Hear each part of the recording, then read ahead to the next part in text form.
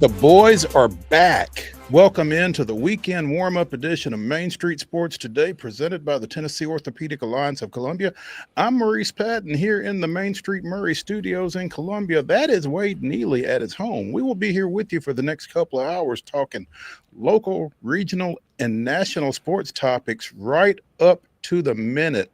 We're going to hit on a couple of things that I just became aware of here in the last 15 minutes, probably before the end of the show. So it's hot off the presses, y'all, and we are happy to be here on a Friday afternoon that is not sweltering outside. Wade, happy Friday. Happy Friday, Mo. Good to be with you. Happy first day of August. It doesn't really feel, I'm going to whisper this, doesn't really feel like the dog days of August out there. I'm enjoying a little cold snap for a couple here. I'm sure it'll change soon enough, but yeah, enjoy it while you can. I know, football coaches getting ready to go to scrimmages this evening aren't necessarily enjoying this cool weather. They want these guys to kind of sweat it out a little bit because they know come August 22nd they're going to be. But plenty of high school scrimmages going on across Middle Tennessee and beyond as we inch closer to season openers. It's that time of year, y'all. We got a little televised football last night, and it's off and running on the gridiron.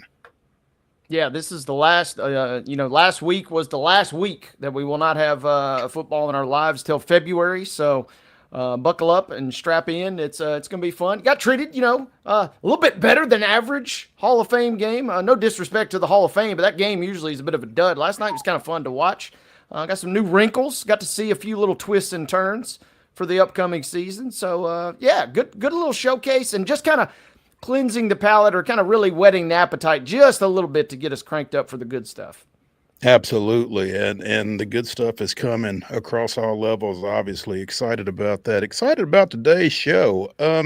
In the second hour, we will visit with Steve IRVINE of the Birmingham Banner as we continue our college football preview. Steve's going to help us look at the American Conference. Don't call them athletic. As of about 3 weeks ago, they dropped the second A in the AAC, and so they are now the AC, and they've got a mascot. We talked about that, but hopefully Mark will be able to locate that for us, and we can show you what that looks like as Steve joins us again in the second hour. In the second segment, we will be joined by Ben Arthur of NFL on Fox to talk a little Tennessee Titans, but I'm sure that we won't just talk Tennessee Titans. Again, there was some news that came down here in the last little bit that I got to ask Ben about. So looking forward to both of our guests here later in the show. We'll also be talking a little women's college basketball, little women's professional basketball, some baseball, and little soccer, little racing. We mentioned the Hall of Fame game. That is typically in advance of the Hall of Fame inductions that take place annually in Canton. We'll be talking a little bit about that class that will be honored tomorrow up there as well. So a lot to get to, plenty going on. We are here in the dog days of August, although they don't necessarily feel so dog day-ish, but gonna enjoy this cooler weather while we can, y'all. But right now, with all that said, let's go ahead, Wade, and get into yesterday's results and this weekend schedule on the rundown. This is the rundown. Spread the word, gang. The rundown is here on this Feel Good Friday, and that means we wind back the clock to Thursday to give you results. Braves topping the Reds last night, 12-11. Crazy game. It goes 10 innings, and the Braves get a one-run victory over the Reds in MLB action. WNBA action. Speaking of close and crazy games, it was the Valkyries slipping by the Mystics last night. 68-67 was that final. And in the aforementioned NFL Hall of Fame game, first preseason game of the year for the Chargers and the Lions, all over the Lions were the Chargers. 34-7 was your final in that preseason affair. Today's schedule, we've already got one final. Unfortunately, it was Cincinnati defeating Atlanta 3-2.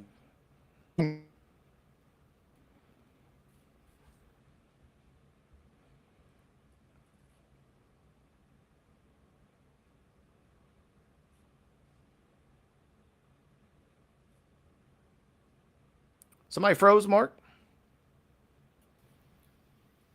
Looks like it. I hope I'm not the one froze. With that being said, we'll get Mo back in. There he is. Welcome back, partner. Man, thanks. Anyway, Houston's at Boston tonight at Fenway. Also tonight, the Sounds will play a doubleheader at Scranton Wilkes-Barre beginning at 4:05. That's because yesterday's game was affairs between the Sounds and the Rail Riders up there. WNBA action tonight. 6:30. These are all on Ion, so check your local listings. 6:30 start for Indiana at Dallas. Also, the Liberty is at Connecticut at 6:30, and finally at 6:30, the Phoenix Mercury takes on the host Atlanta Dream. Oh, one more 6:30 game. Golden State is at Chicago. So, not sure which one you're going to get if you're listening to us with 4 games on Ion at 6:30. Again, Indiana at Dallas, the Liberty at the Sun, Phoenix is at Atlanta, and Golden State is at Chicago. 9 o'clock start for the Sparks and the Storm. That'll bring us. Go ahead. Yeah, all on Ion. Sometimes you don't have to go to Vegas to gamble. Just flip on Ion at 6:30, and you get what you get. If you got the league pass, it'd be a good night for the quad box. Throw it up there, catch all 4. Good slate in that WNBA smorgasbord, as it were, tonight. Saturday, let's go baseball at 3:10, where the Astros and Red Sox will resume their series. And at 6:15, might have heard a little bit about this, but it will be a big-time showdown at Bristol. It'll be the Braves and Reds. They'll broadcast it on Big Fox. Again, a 6:15 first pitch out at Bristol Motor Speedway. Sounds action. The Sounds continue their series up in PA, and that first pitch tomorrow comes your way at 5:05 p.m. One little old WNBA game tomorrow. Please take it easy on my Aces, Minnesota Lynx. They are on the road in Las Vegas. That game gets underway at 2 p.m. You can see that one on ABC. Sunday action, Major League Ball. Breakfast with the Astros and Red Sox. It's a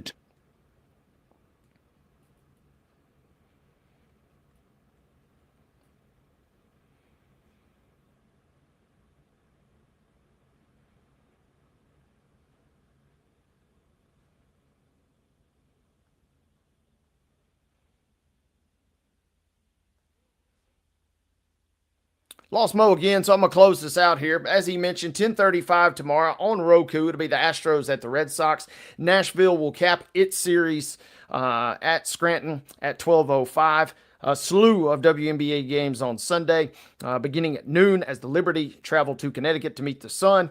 At 2 p.m., you can see it on Watch ESPN. It'll be Washington at Atlanta. Also at 2 p.m. on ABC, it'll be Indiana at Seattle. A couple of 5 o'clock showdowns on Sunday as well to close us out. Phoenix at Chicago and Golden State at Las Vegas. Again, 5 WNBA matches on Sunday, and Astros and Red Sox and Sounds also in action as well. That caps your Sunday schedule, and ladies and gentlemen, that concludes your Friday rundown.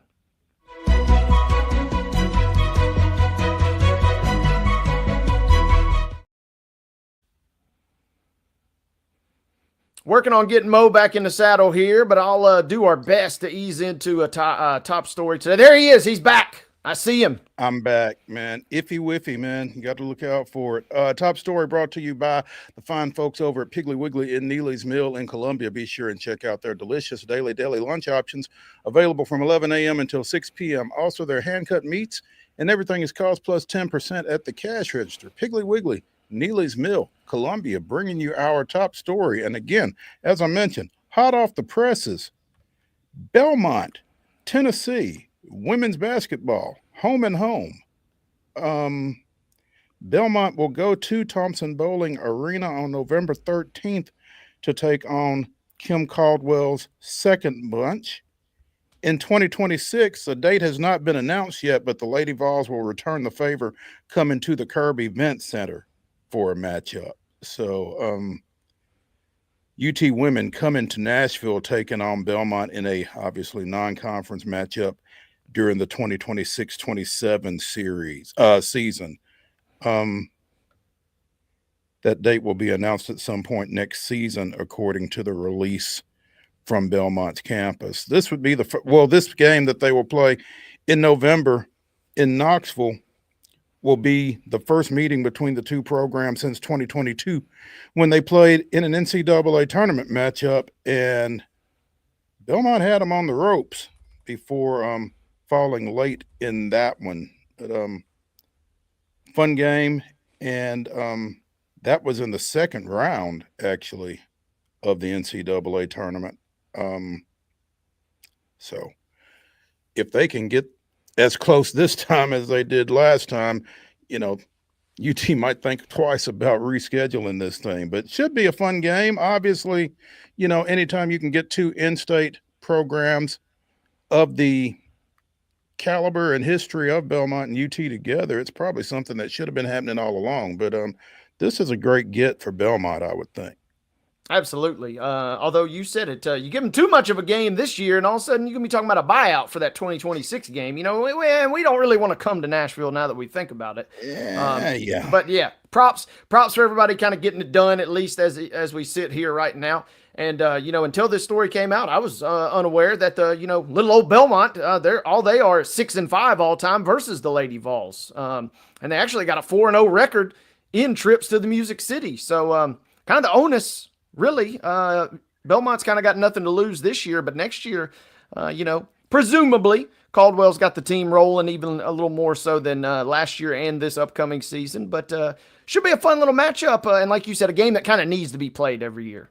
I really think it does. Yeah, again, UT survived 70-67 in the second round of that NCAA tournament back in 2022. But I remember Belmont had them on the ropes all game pretty much. Bart Brooks has done a great job with that program since he's gotten over there. Obviously, changing leadership up on the hill with Kim Caldwell taking things over this past season, and heading into year 2 is when Belmont will be catching them. So again, the Bruin women and the Lady Vols will tangle on November 13th up at Food City Center at Thompson Bowling Arena. First time in a while I've gotten that one, but I think that's right.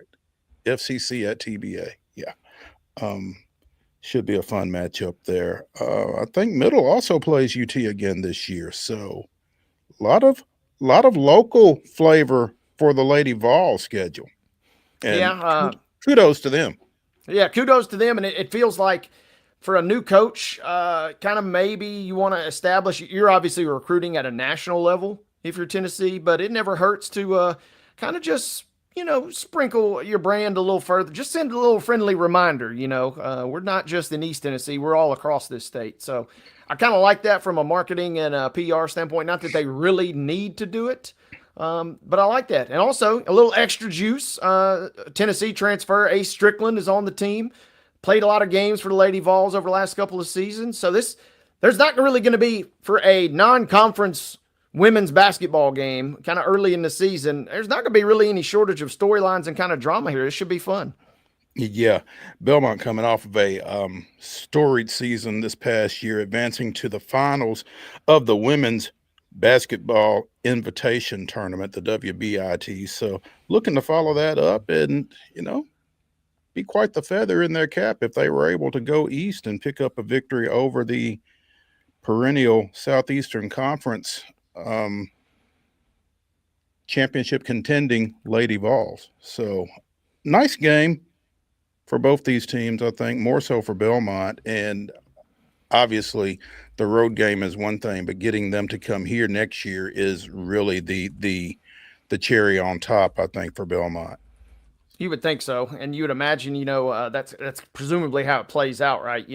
Hey, we want you to come to Nashville. Well, guess what? You got to come to us first. And like I said, and then hope you don't beat us, because if you do, we're going to buy our way out of that game the next year. So you want to flirt with that. But if it all comes to fruition, this really is truly kind of the best of both worlds for both teams. Belmont gets some great exposure.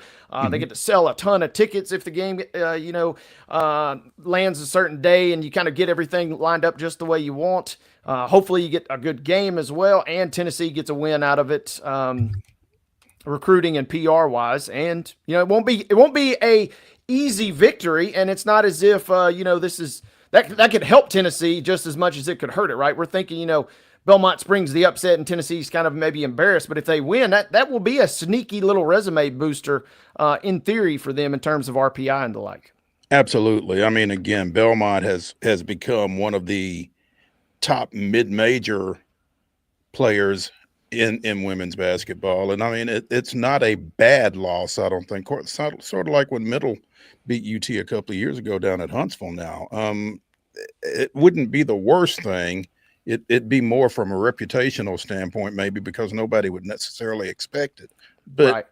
It would not be the worst thing that could happen, I don't think. But obviously interested to see how that one goes. Like you said, you wanna keep it sexy, but you really want to get the win in 2 years when they're here on your court if you're Belmont. So yeah, this promises to be a fun little series here, and hopefully something that can continue beyond the 26-27 season.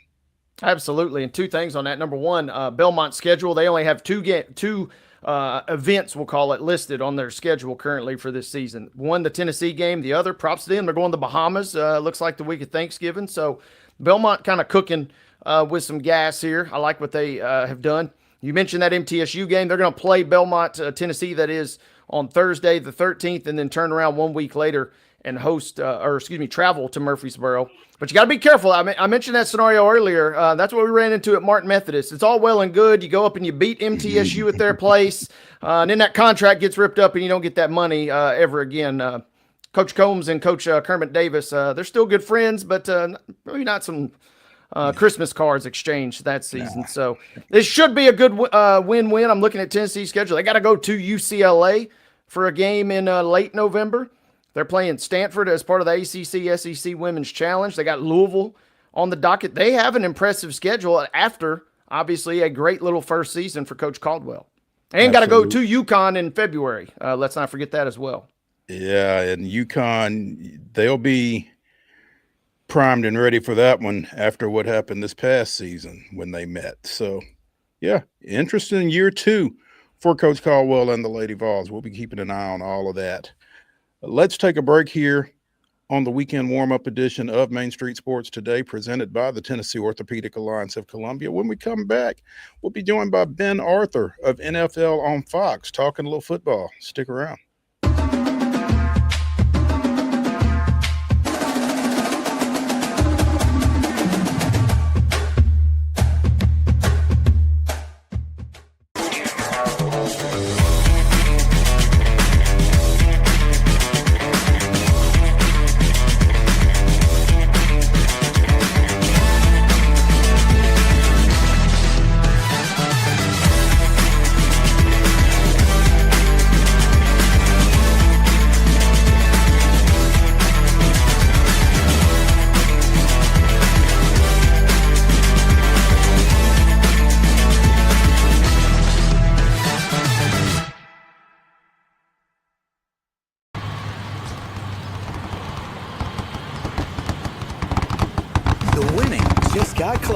All-new Sportsbook, the latest gaming machines, live horse racing, and more. The Mid-Gaming Hall, Kentucky Downs. Winning just got closer. Deep in a forest at Nashville Zoo, new creatures here for you to view. Phantoms graced in black and white swing high in trees of dappled light. In rocky crags, tall and steep, small antelopes with nimble feet. A wise old man with beard of white, a sentry perched on stony height. Amidst it all, a hunter lies, with coat of gold and steely eyes. A new adventure just for you. Leopard Forest at Nashville Zoo. Open now. Busy bee, yeah, busy bee. If you need... Hold on, y'all, hold on. I need to make a call. Hey, this is Brianna with Busy Bee. I'm giving you a call to let you know your technician is on his way.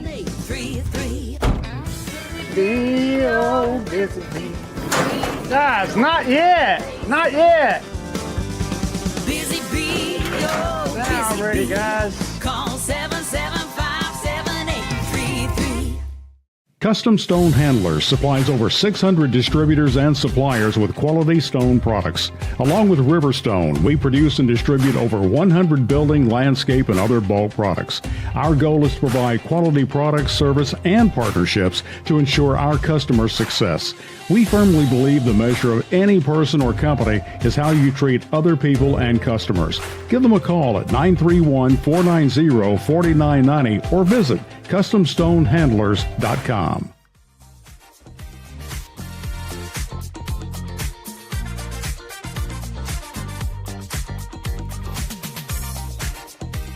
Welcome back into the weekend warm-up edition of Main Street Sports Today, presented by the Tennessee Orthopedic Alliance of Columbia. I'm Maurice Patton.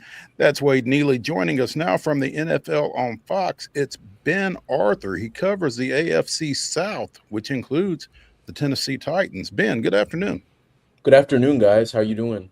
What's We're up, doing Ben? well, man. Appreciate you coming on with us. I know it's a busy time of year for you, and we certainly want to pick your brain about the Tennessee Titans and the AFC South. But first, tell me about Micah Parsons in Dallas. Well, I mean, it seemed like it could potentially head this way, right? Just with how it's kind of unraveled that kind of relationship with him and the Cowboys, and I guess Jerry Jones and that front office trying to go around his agent, David Mulugeta. And so it's been kind of a mess, but at the same time, the Cowboys do kind of have a history of doing this type of thing for Lord knows why. They wait till the last minute to try to get deals done, like with their best players, and with the prices of these guys going up. This happened last year with CeeDee Lamb. It happened with Dak Prescott. And yeah, it doesn't really make sense from a business, a financial standpoint if you're the Cowboys, but they do have a history of doing this. So we'll kind of see where this goes from there. But of course, there are going to be teams interested. I mean, he's a top 3 edge rusher in the NFL. So there are going to be a lot of calls coming in for the Cowboys. So we'll kind of see what happens from there. But I think ultimately the Cowboys and Micah Parsons come back together, and this ends up getting done like it usually gets done in Dallas, where it kind of, there's some drama, but it ends up getting done in the end. So that's what I think. That's how I think this situation in Dallas will play out.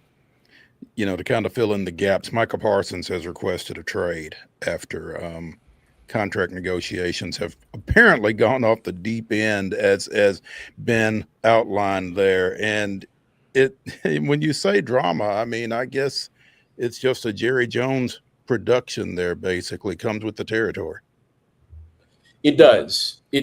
And Jerry Jones is very unorthodox. He doesn't necessarily do things the traditional way, and this has been the case for years and years and years. So this isn't anything new. It can certainly be frustrating if you're maybe affiliated with the Cowboys or a fan of that team, just seeing how, and this isn't just with average players. This is for superstar caliber guys, like top 25 player in the NFL type of talents. So it's very mind-boggling. But again, this is kind of how, for whatever reason, this is how they run their ship. And yeah, one way or the other, Micah Parsons is going to get paid. I think it's still going to be with the Cowboys. But in the meantime, with this trade request out there, I am interested to see what kind of offers they get, because I mean, this is a 26-year-old superstar pass rusher, so it's as valuable as it gets in terms of talent. So it should be an interesting next few days for sure. Yeah, Ben, you kind of just teased it there. The obvious parallel, you know, a couple years ago, Khalil Mack at 27 years old and a whopping haul, going from Oakland at the time to Chicago. Presumably, correct me if I'm wrong or give me your take, I'm envisioning maybe if there were to be offers, any team that could offer something like that, it would be even more than what we saw Mack fetch on the market.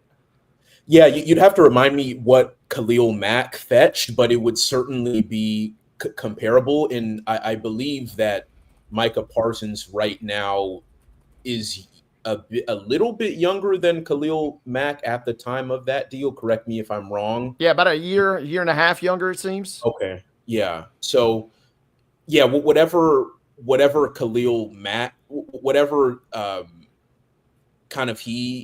whatever the kind of equivalent was for that, I think Micah Parsons would get maybe a little bit more. But yeah, it should be interesting for sure. Just kind of how that transpires. For that trade, a first round pick, an additional first round pick the following year, a third and a sixth. Yeah. Interesting, though. The Bears got Mack, and then they also used the pick that they received in that trade to get Cole Kmet. So made a little chicken salad there with that pick. To both of y'all's points a second ago, this is perfect Cowboys because they couldn't let the Commanders and Terry McLaurin have their own kind of stage demanding trades and requesting trades. They kind of had to one-up everybody, it felt like, today. Yeah, I guess that's just kind of the way it goes, right? But yeah, I mean, obviously with Terry McLaurin's situation, it's very different. I mean, Terry McLaurin is a star in his own right, but he is 30 or around that age. And he doesn't quite have the pedigree of Micah Parsons, who's 4 years younger. He's also a receiver, but I think it's really interesting just because it's with the Commanders and Terry McLaurin, it's so interesting because you could see kind of the position of both sides, right? Like with McLaurin, I mean, with how productive he's been, how consistent he's been through all the jump. We know the issues they've had in Washington. Things stabilized a bit this past season, but everything he's represented for that team and what he could really mean for Jaden Daniels' continued development. And then on the Commander side, not wanting to pay a 30-something receiver like more guaranteed money over the next 2-3 years, you could kind of understand that situation. With the Cowboys, it's like it's really hard to come up with an argument in their favor.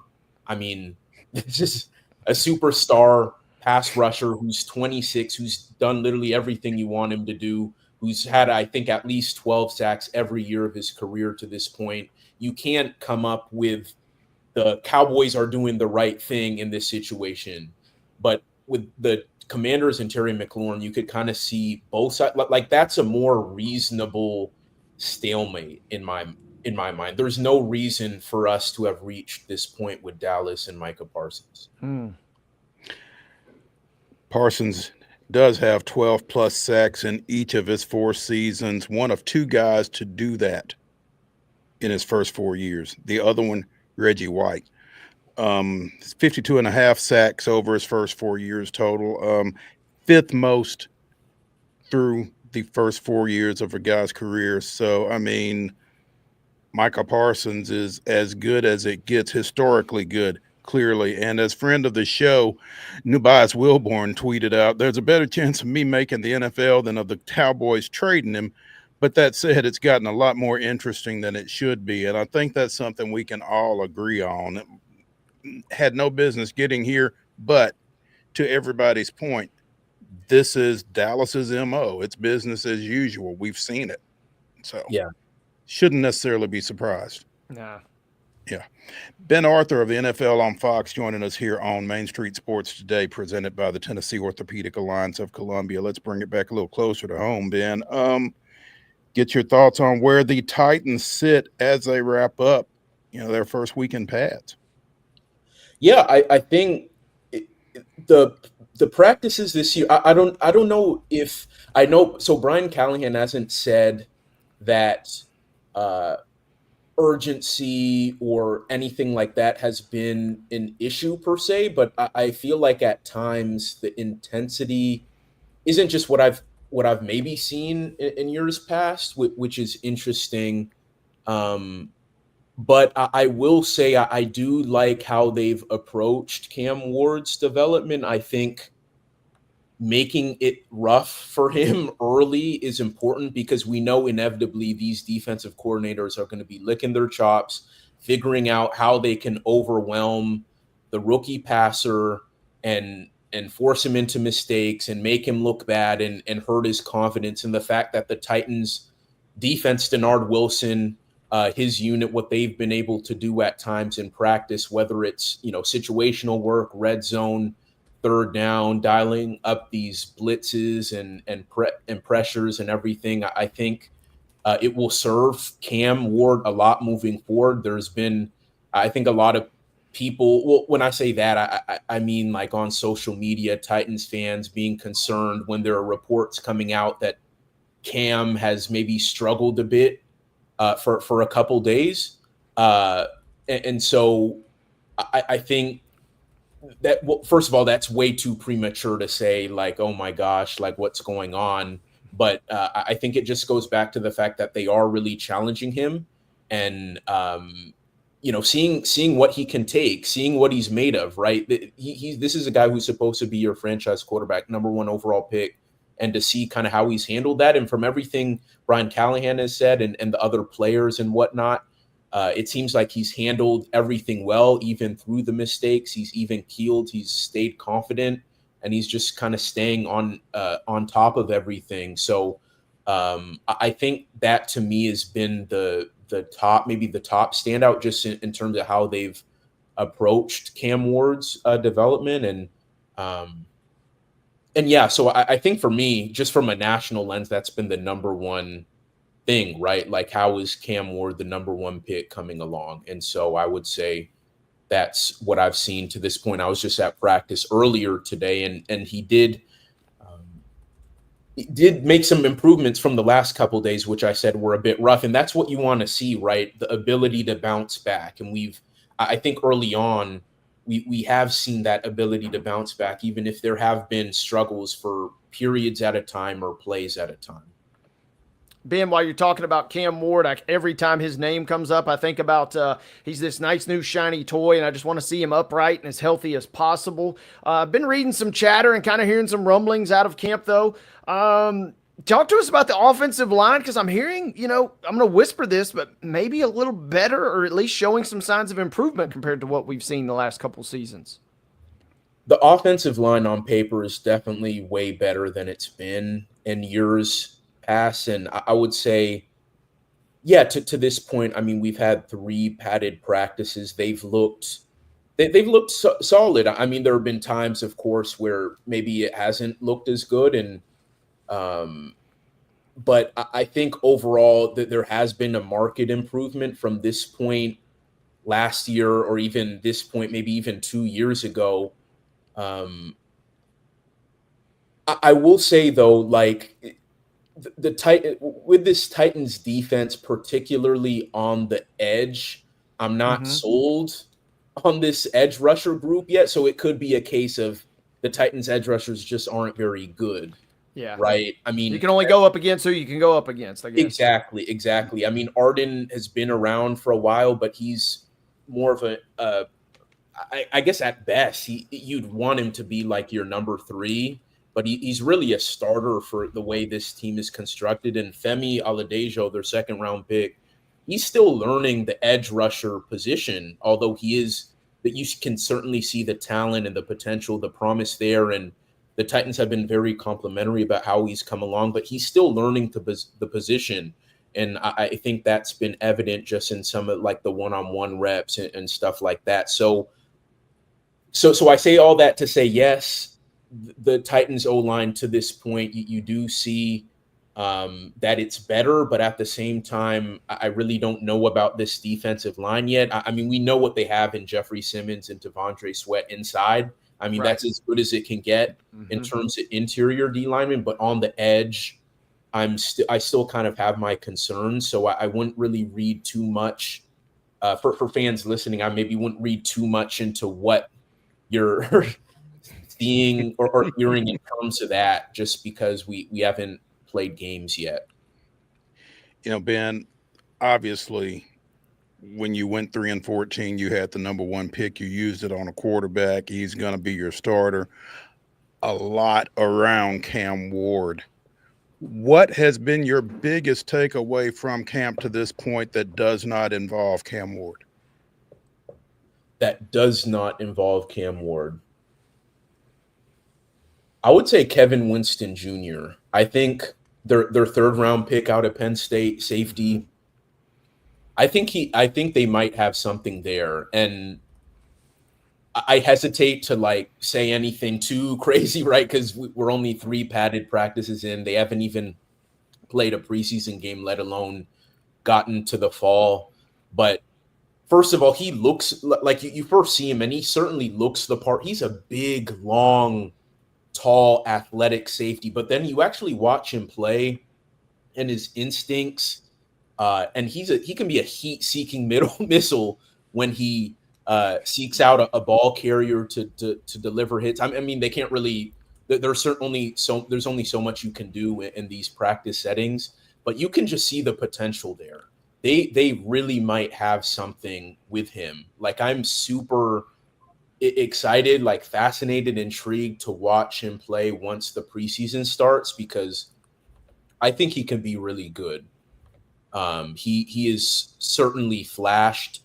I think there's a part of it to where he's still kind of learning a bit, right? Like in Denard Wilson's scheme, like how he fits and exactly how they're going to use him, because I do think there's an element of versatility to his game. He is a safety, but I think you can move him around a bit. Like, I hate to even put his name in the same breath as this guy, but Kyle Hamilton, just because of that length, that size, that athleticism, and the ability to play all over, whether it's in the box, deep, in the slot, do a lot of different things with him. I think Kevin Winston Jr. and knowing Denard Wilson's background with Baltimore and everything, like, I think Kevin Winston in his own way could be their own version of that. Not saying he's Kyle Hamilton, but I really, really like what I've seen from Kevin Winston Jr. at this point. And he just started practicing too, because he didn't practice all offseason program. So he's really just 7 or 8 practices in with the Titans, but he immediately has flashed in team period. So I would say him. That's good to hear, Ben. And I mean, he seems like that classic guy. I remember on draft night, I mean, this is a guy that feels like he's a surefire first-round pick if he doesn't get hurt last year. And on a defense that Penn State had was one of their best defenses in school history, he was expected to be a huge focal point of that. And it feels like it could be sneaky good value for the Titans. So that's reassuring, everything that you kind of just said in the early outset there. Yeah, he's again, yeah, and again, it is early, but he has stood out to me, and yeah, the Titans certainly lucked out, right, in the fact that he did get hurt, and you're able to get a guy like him in the 3rd round, because watching him play, you would think he's a first-round talent. Like, he's stood out that much, and I think he'll be a starter earlier than maybe people think. I mean, I think their starting safeties are pretty much set right now with Amani Hooker and Xavier Woods, but yeah, he's going to be on the field a lot early. I truly believe that. Ben Arthur of NFL on Fox joining us here on Main Street Sports today, presented by TOA of Columbia. Ben, branching out a little bit, what do you consider to be some of the more eye-catching, the more interesting storylines across the AFC South right now, other than Travis Hunter? The caveats. Yeah. We'll get to Travis, but there's some other stuff, I would think. Well, there's a couple things. I mean, you start with the quarterback competition with the Colts, Daniel Jones and Anthony Richardson. I think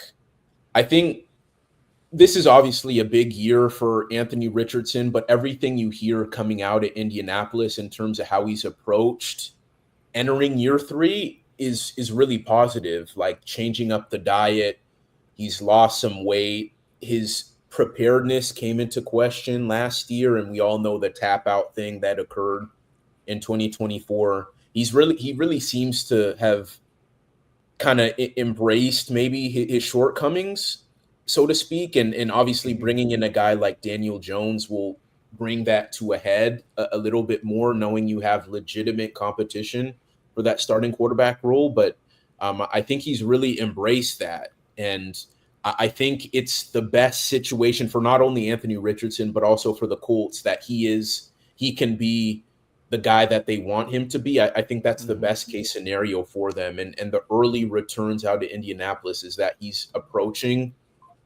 approach to the job, at least coming into training camp, has kind of been where it should be. And then beyond that, I think I'm just constantly keeping an eye on the Texans offensive line, how that's kind of been shuffling and everything.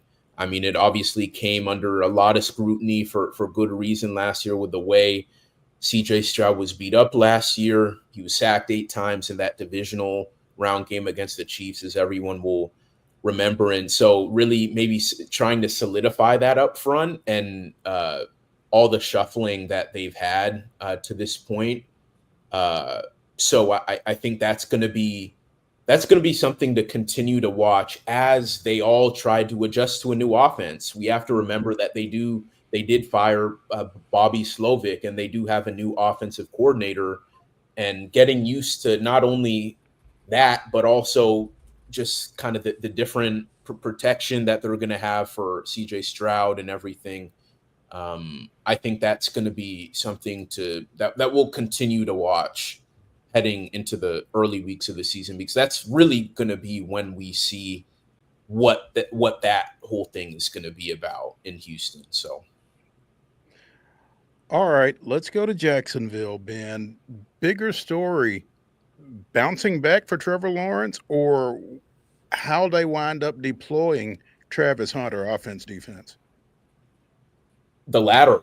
I mean, Travis Hunter, how all that works, how they split his time between one side of the ball or the other. Is he going to be primary on one and maybe limited role on the other, or vice versa? Like how on earth is that going to work out? Can his body handle that mentally? Can he withstand that? Like having to learn 2 playbooks essentially with the same team, and then on top of having to learn both playbooks from other team or watching film on both sides of the ball from other teams. Double film session.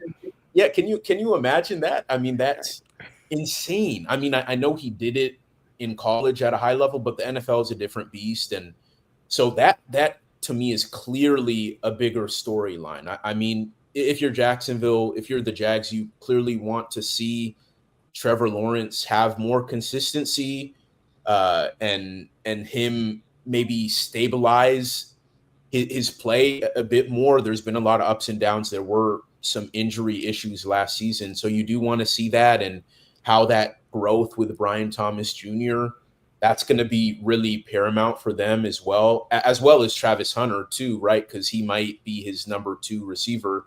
But yeah, Travis Hunter is absolutely the biggest story, right? Like, can this guy actually play 2 ways significantly, like in the NFL? So I'm watching that for sure. Which side, from folks that you talk to, from what you've heard, know which side, if they decided to go one way with him, would he wind up on? He seems to be more of a natural cornerback. So if it got to that point, I would see him specializing as a corner with maybe packages as a receiver on offense. And I think there was a viral clip that the Jags put out of him closing on a receiver, I think who ran like an out or a stop route or whatever. And the way he stopped on the dime and just it was really, really impressive. Like, that told me everything I kind of need to know about just what he can be as a corner, and that star potential there. But, it's on him and the Jags. And I think, considering you make him the number 2 pick, what you gave up to trade up from, what was it, number 5 to number 2 to get him, you're invested in him in at least trying to make him a two-way player. Travis Hunter wants that. The Jaguars want that, considering their investment in him. So I think they're going to do whatever it takes to make that happen, and that's what the early indications have been. But you talk one position or the other, I think he's more of a natural cornerback, and he just has gotten by just with his supreme athleticism and feel and hands and speed as a receiver. And you look at his route tree at Colorado, it wasn't super diverse. He was just kind of better than the guys he was lining up against, but he's more technically sound as a corner than he is sound as a receiver, at least from watching him. And so that's what it seems like to me. But again, the Jaguars are fully committed to making this two-way thing work. And so I expect that to continue until they have clear evidence it's not going to work.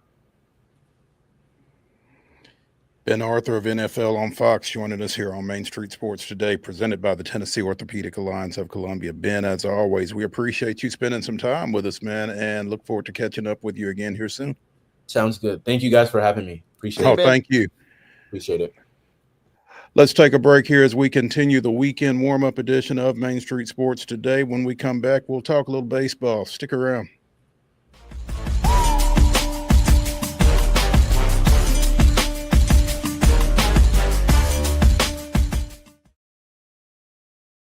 They walk among us, but at 240 miles per hour, they become something more. They're thrill seekers, risk takers, and maybe just a little bit unhinged.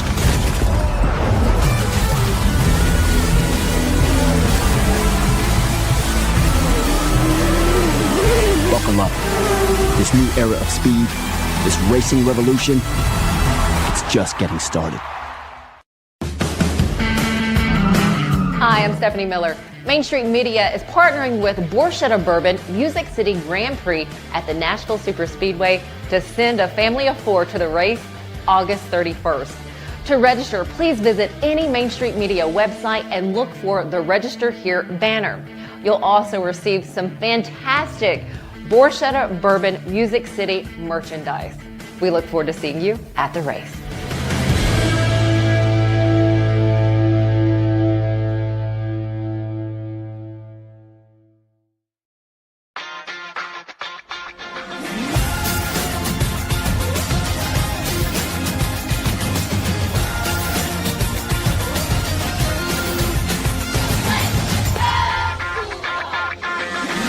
Zion Christian Academy at zioneagles.org or 931-388-7531. You can schedule your appointment to visit their beautiful campus. Again, zioneagles.org or 931-7531 to schedule your visit today.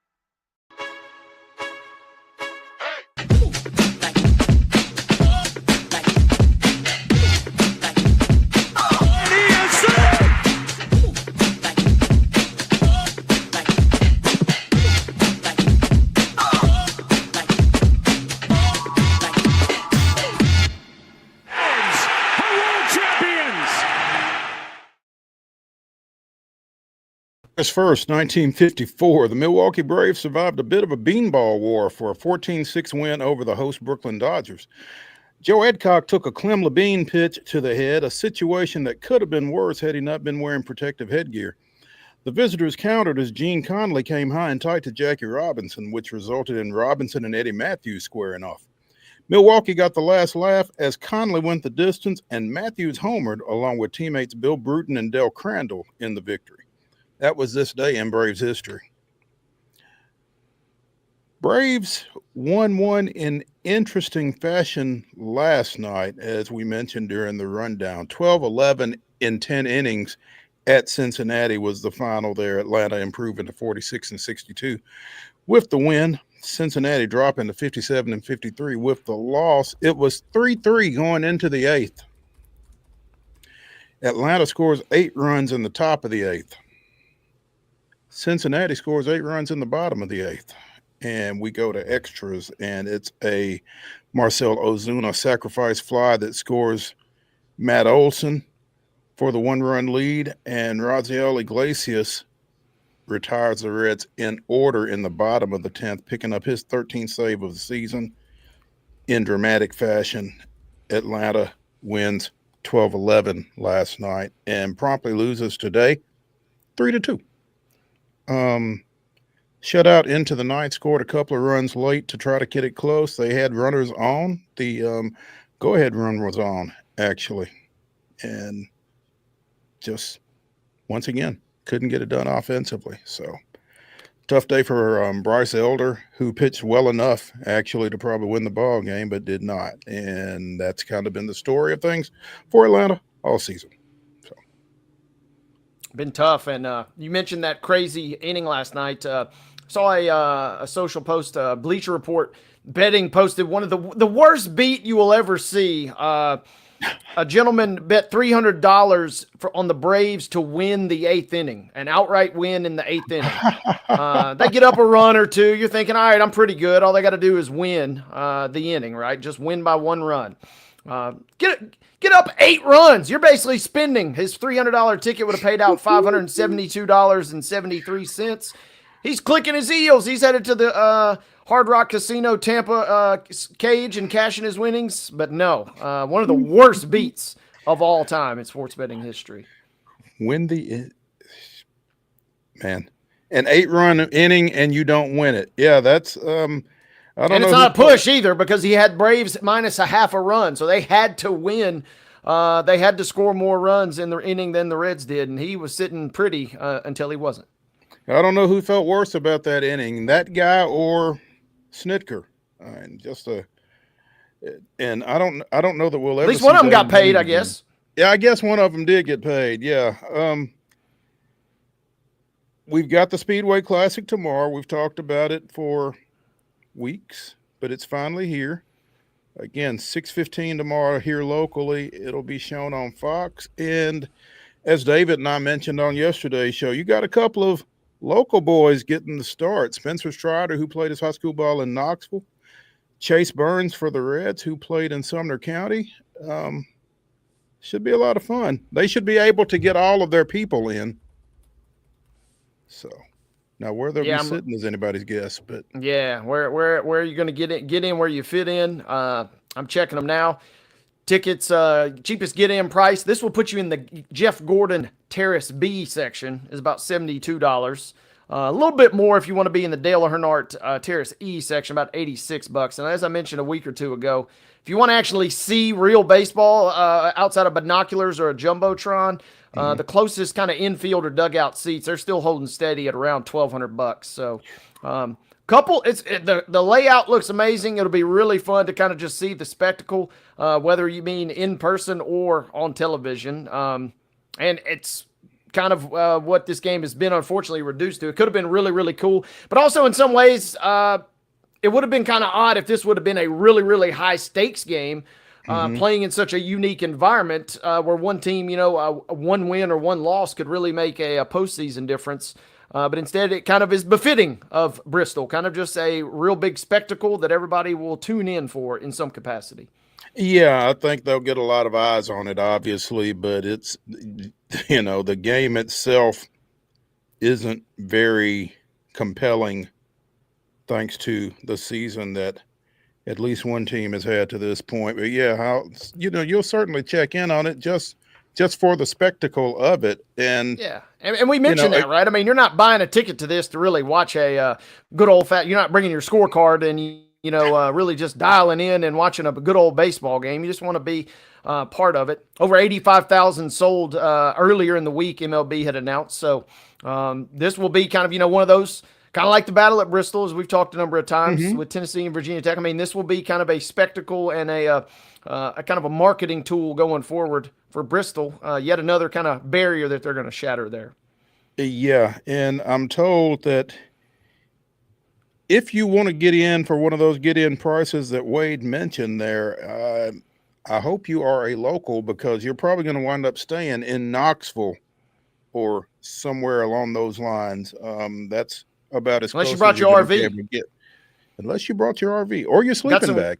yeah, got some folks from Pulaski that are making a big trek up in their RV. But these are NASCAR vets, so they kind of are used to the Bristol layout there. They for the casual baseball fan, yeah, you might be in for a little bit of a rude awakening there in that regard. You're right.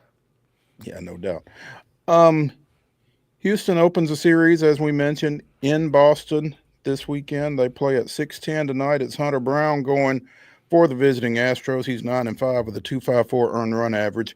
Cooper Criswell, 1-0 with a 5.06, gets the ball for the Red Sox. 6:10 start. The Astros 15 games over 500 at 62-47. Boston at 59-51. The Astros will reunite with former third baseman Alex Bregman, and Carlos Correa will be along for the ride, coming over to the Astros from the Twins in a deadline deal yesterday. So all sorts of reunions here for the Astros. Yeah, get it back together, and hey, you go to see your old, your old fling there in Bregman. It's like, well, I got my old fling 2.0 in a sense here, but it's gonna be interesting, right? Him moving over to third base and kind of taking a reign, playing alongside the guy that had replaced him at short there in Diaz. So it'll be interesting over these next couple of nights. Boston has obviously got some work to do. Houston kind of still desperately clinging to a little momentum, but they got Seattle bearing down on them with a quickness. So this is a pivotal series for both of these teams here, it feels like.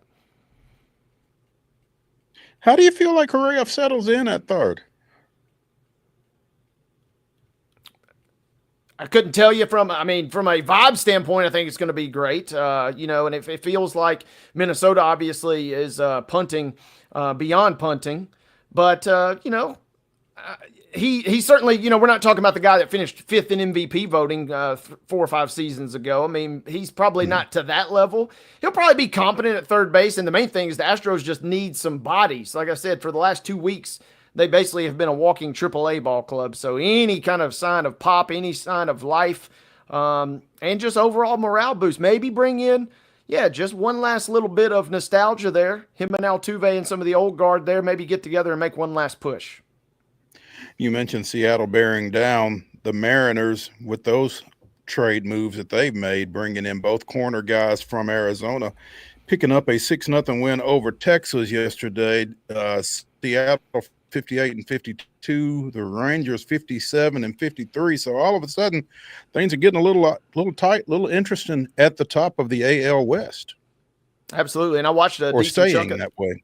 Yeah, I watched a little bit of that game last night, and Cole Young, we got robbed a little bit, Mo, last night. He hit a pitch off rocker that was, it still has not landed, but they went back and adjusted it. At the time of the dinger, it was measured at 470 feet, which was going to be the longest in stadium history.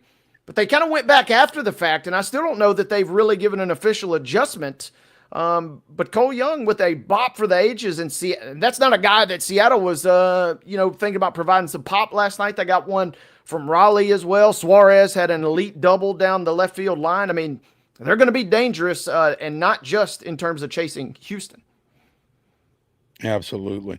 And Texas is coming on too now. Yeah. So, outside of last night. It's getting interesting. Yeah, outside of last night. Those two will continue that series tonight, by the way. It'll be the late game, 9-10 start out in Seattle. The other Vandy boy, Jack Leiter, getting the start for Texas in that one. Cubs will host the 2027 All-Star Game. It'll be their first time to host the Midsummer Classic since 1990. Philly gets the game next year, but they're going back to Wrigley Field for 2027. So Cubs fans, get fired up. You've got the All-Star Game coming here in a couple of years.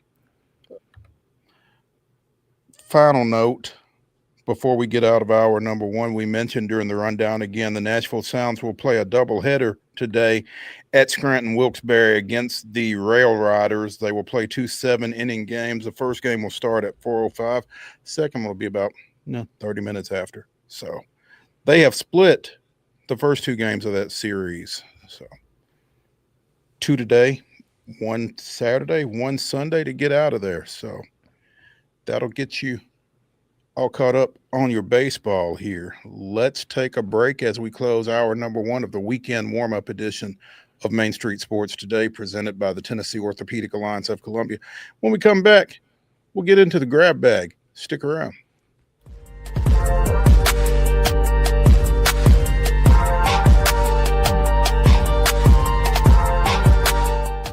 Jones & Lang Sporting Goods here in Columbia has been outfitting teams, officials, and anybody else from T-ball to college for 50 plus years. Be sure and check them out at 931-388-8060 or online at jonesandlang.com. Jones & Lang Sporting Goods, the look of a winner. Zion Christian Academy at zioneagles.org or 931-388-7531. You can schedule your appointment to visit their beautiful campus. Again, zioneagles.org or 931-7531 to schedule your visit today.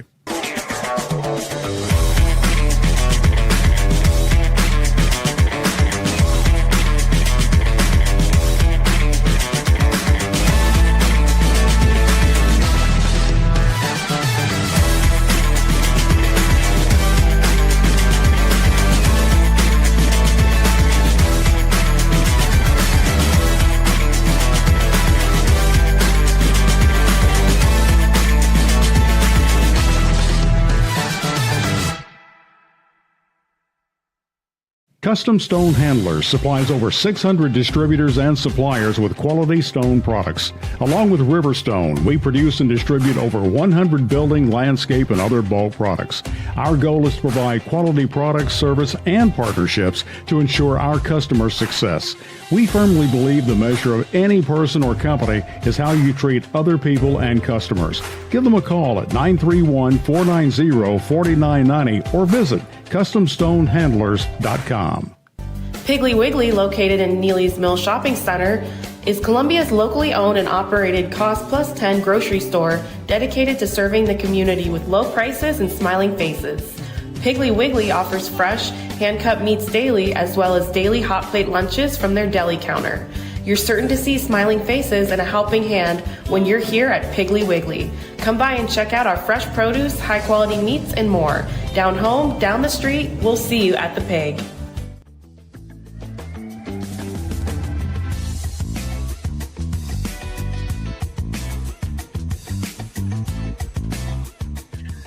Hour number two of the weekend warm-up edition of Main Street Sports Today, presented by the Tennessee Orthopedic Alliance of Columbia, starts right now. That's Wade Neely. I'm Maurice Patton. We mentioned during the rundown the smorgasbord on Ion of WNBA games this evening. And, you know, we are in the second half of the season, past the All-Star break, and things are starting to become a little intriguing. The Indiana Fever travels to Dallas tonight. Fever 3 games over 500. It's the first time they've been 3 games over 500 in 10 years. That's pretty bizarre.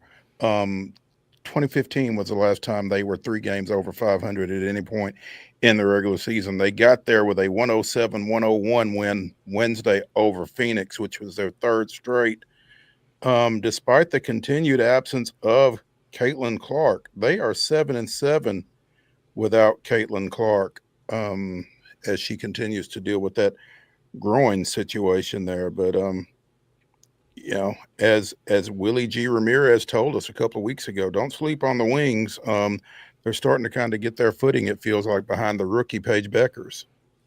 Yeah, they're going to be a dangerous out. You know, they're not the Sun are pretty much resigned to that only team that you can almost bank on a victory. Dallas is scrappy enough that they'll jump up and get you, especially, you said playing at home too tonight, right? So, I mean, you know, a little extra juice there. In Indiana, it feels like the the season, obviously, outside of winning, the Commissioner's Cup and celebrating with their Bitcoin.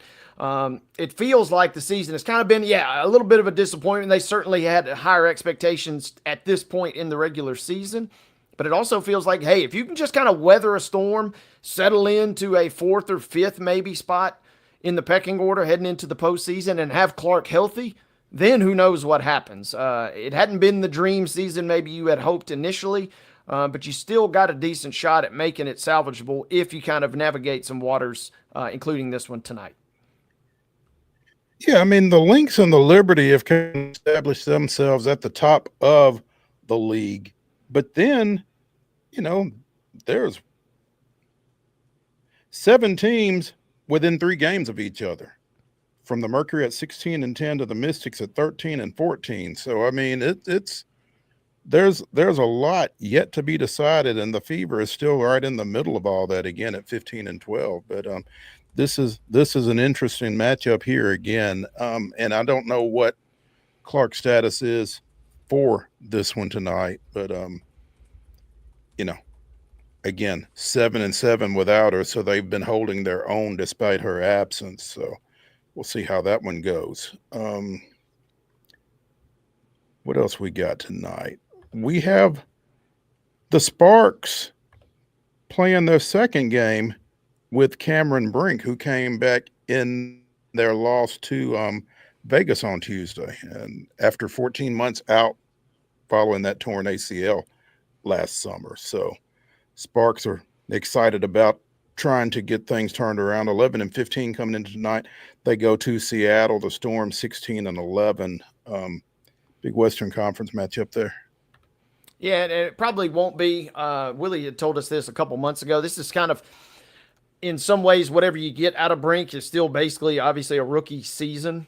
So I don't feel like, me personally, it's going to be enough to really get them headed in a major, leap up the standings by any means. But you'd like to get her some conditioning, kind of see what you got, and that gives you at least a clear picture of how to navigate the offseason. And if you get on a little bit of a heater, make a little bit of a run. They have won 6 out of their last 10. If you can go on a little bit of a run, that would just be icing on top of the cake right there in that sense. But, yeah, whatever minutes, be extra careful. Put her in bubble wrap coming in and out of the stadium every night to make sure she's okay. And kind of give yourself a clear picture of what maybe moves you can make in the offseason and then be okay. It'll be fun, though. Like you said, there are so many teams kind of in that B to C tier that are all gunning for spots right now. And the Sparks are right on the cusp of knocking into that territory if they can sneak in a couple more victories. Yeah.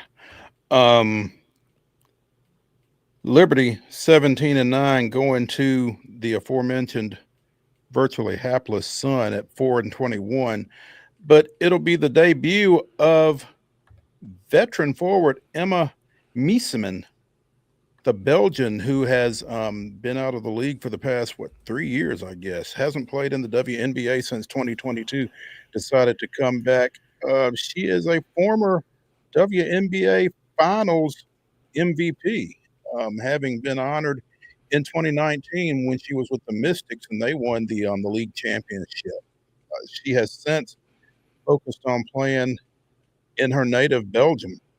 So big get, feels like, for the Liberty, especially as Brianna Stewart continues to be out with a bone bruise, and she's out indefinitely with that still. So the Liberty could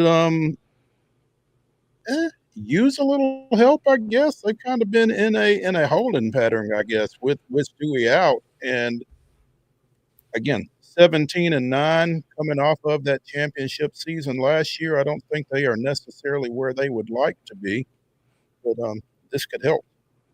Yeah, talk about a nice call up out of the bullpen there, picking up a key piece. Veteran player, obviously had some great success and some tremendous championship DNA kind of in there, averaging close to 12 points a game. That a couple seasons just prior to that championship, she was averaging right around 16 a game. So, I mean, she's capable of filling it up in a capacity. I don't know that you're bringing her in for a massive, massive upgrade, but like you said, you're just looking for troops and bodies. The Lynx have kind of lapped you in that sense, and you can almost kiss that any hopes of a 1 seed goodbye.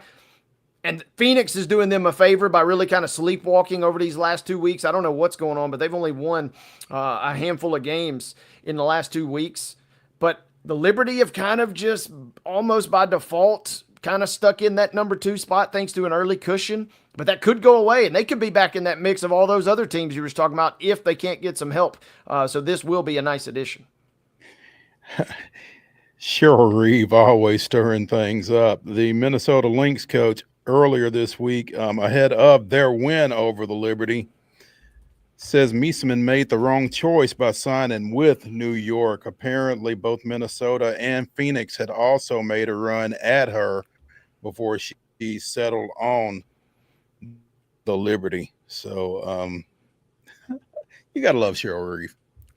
Yeah, I mean, I get it. But also, I mean, hey, if you're calling me to leave Belgium, I'm perfectly, happy. I could live in Brussels for the rest of my life, and I could live a life of luxury and never even have to come back over here. If you're going to lure me back in, no disrespect to Minneapolis, no disrespect to Phoenix, I'm probably going to go to NYC. I could be compelled to come do a little jaunt over here in the States for a couple months, pick up a couple of paychecks, and live in NYC for a little bit. I get it. Yeah. Yeah, and obviously they're not downtrodden. If they were in the bottom of the standings, we might be having a different conversation. But a winning team and get to live in NYC, yeah, sign me up. Not a bad little combo there. They are the defending champions, so definite fit there. But I'm fascinated by Cheryl. She's always jabbing. Gotta love it. Little college football legal talk. Troy Taylor, former Stanford football coach, apparently has filed a defamation suit against a writer at ESPN, Xuan Tai, allegedly making false statements intended to smear Taylor's reputation. Taylor wasn't happy with his portrayal in an article that may have ultimately led to his firing, as if back-to-back 3-9 seasons didn't have anything to do with that, I don't guess. But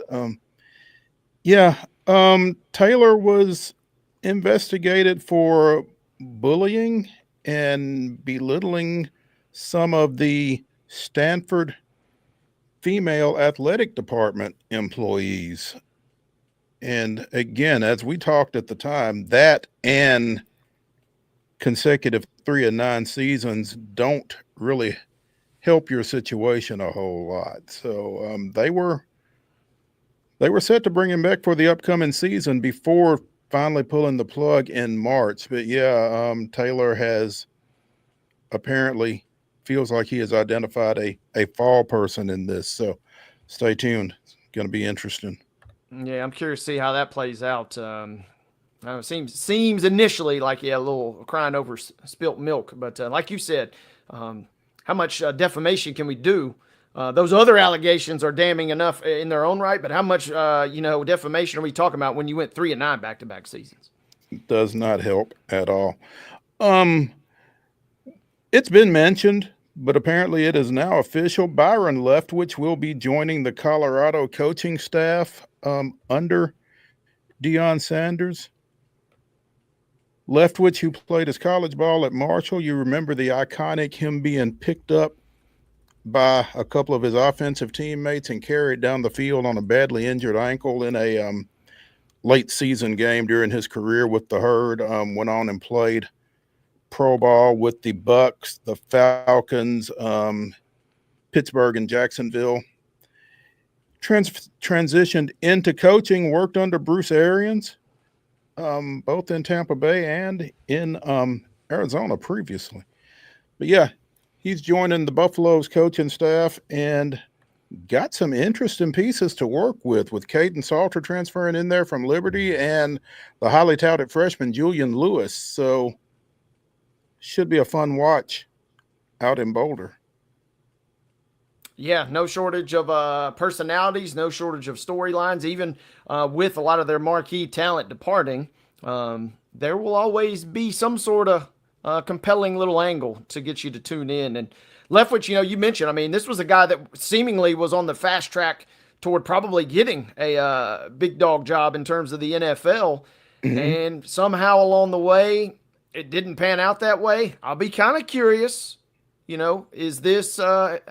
he maybe eyeballing Colorado in a few years for himself? Is he using this as kind of a stepping stone to kind of get back in that rotation? He still feels like he has got some great coaching days ahead of him if he wants to continue to pursue that. It really does. And to your point, is he eyeballing Colorado? Is he eyeballing another collegiate situation? Is he trying to get himself back in the NFL mix? I mean, it's interesting. It's an interesting move on his part. And like you said, with everything that he had going on at the NFL level, it's kind of odd to try to understand how all of a sudden that came to a halt and how he winds up at the collegiate level. Now, again, he's there.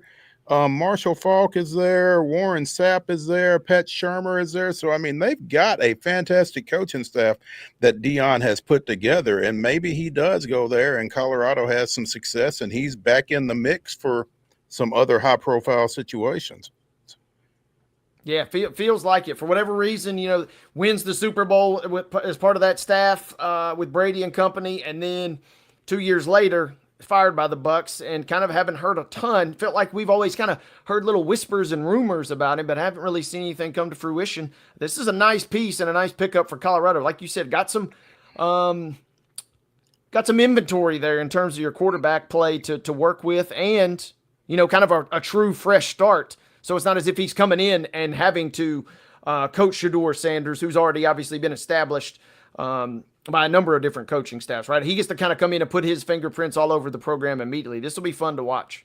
It will be fun to watch. And I'd be interested to see what the impact is of having a Byron Leftwich on a college coaching staff just from a recruiting standpoint, because when you can put that guy in a room with a prospective quarterback, and there are a lot of great offensive coordinators, a lot of great quarterback coaches, that kind of thing. But when you've done what he has done specifically, that's got to be something that makes a 17, 18-year-old kind of think twice. This guy's kind of done it, So I'd be interested to see how that works out. Speaking of quarterbacks, Florida really needs DJ Lagway to be the best version of himself. I mean, he saved Billy Napier's job at Florida last year, both on the field and just from a recruiting standpoint, the whole 9 yards. Lagway has dealt with some shoulder situations. He's now got a lower body injury that is impacting his availability as the Gators get ready to get camp started. This isn't what you wanted to hear out of Gainesville, I don't think. No, and Florida's got a this always feels like we're talking borderline make or break year for the Gators, but they, there's whispers and rumblings that they might, be kind of optimistic about this season, but everything hinges on that guy and what extra kind of juice and what extra kind of intangibles he can bring. They got some great talent around him, but he really kind of needs to be, like you just said, his best version of himself if they want to reach their full potential. Could be sneaky good, but it will really depend on his health and his availability. So if you're a Gators fan, yeah, you're getting the candles up and praying that he's okay come season opener. I mean, we saw enough out of him last year once he took over for Graham Mertz that one, he's the real deal, and two, he can really elevate your offense when he's in there. And, if you are a fan of a team other than Florida in the Southeastern Conference, and I'm figuring there are a few of those around here, you don't want to wish bad health on anybody, but you are keeping an eye on this situation, I do believe. So, as will we. No doubt. And if things go sideways, I mentioned they're a little optimistic. And again, that's just because of his top end of, talent and what he can maybe bring.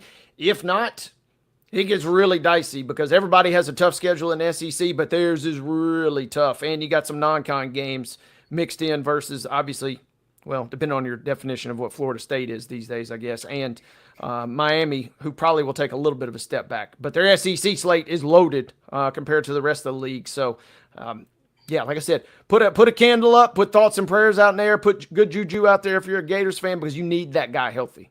Without question, you do.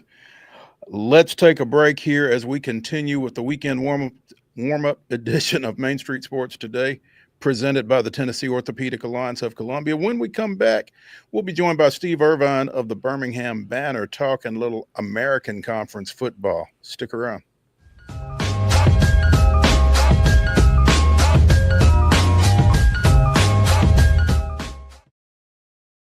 Deep in a forest at Nashville Zoo, new creatures here for you to view. Phantoms graced in black and white swing high in trees of dappled light. In rocky crags, tall and steep, small antelopes with nimble feet. A wise old man with beard of white, a sentry perched on stony height. Amidst it all, a hunter lies, with coat of gold and steely eyes. A new adventure just for you.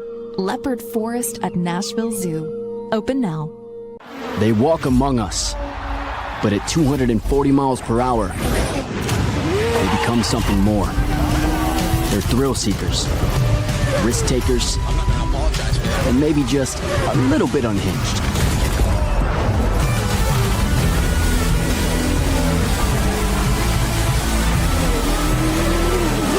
Buckle up. This new era of speed, this racing revolution, it's just getting started.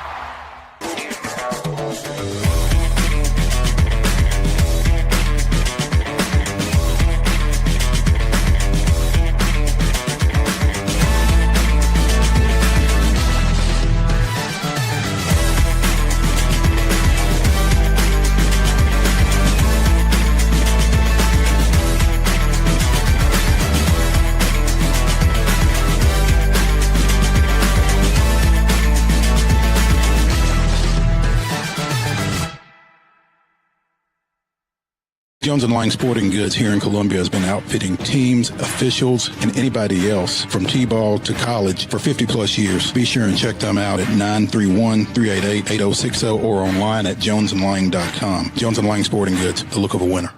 Piggly Wiggly, located in Neely's Mill Shopping Center, is Columbia's locally owned and operated Cost Plus 10 grocery store dedicated to serving the community with low prices and smiling faces. Piggly Wiggly offers fresh, hand-cut meats daily, as well as daily hot plate lunches from their deli counter. You're certain to see smiling faces and a helping hand when you're here at Piggly Wiggly. Come by and check out our fresh produce, high-quality meats, and more. Down home, down the street, we'll see you at the Pig.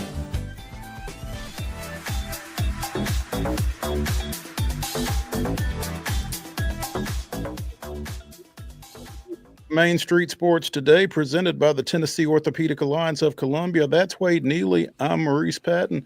We continue our college football previews, and we are talking American Conference football. Again, don't call them athletic.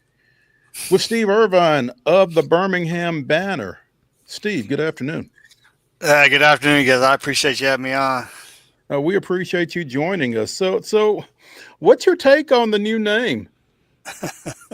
I it's fine with me. I mean, I think honestly, I think a lot of people called him the American anyway, to be honest with you. And, I kind of like that, that sort of go with that. And there was, not that anybody ever they weren't mistaken for the ACC in the way, the ability, I guess, but it's sometimes that was really close with the ACC when you're talking about the AAC. So I don't know. I think it's I think Tim Pernetti is a type of guy that he's proactive, and I think that he decided to make a move on that, and I liked it. Now, Soar the Eagle, the little mascot, I don't know about that.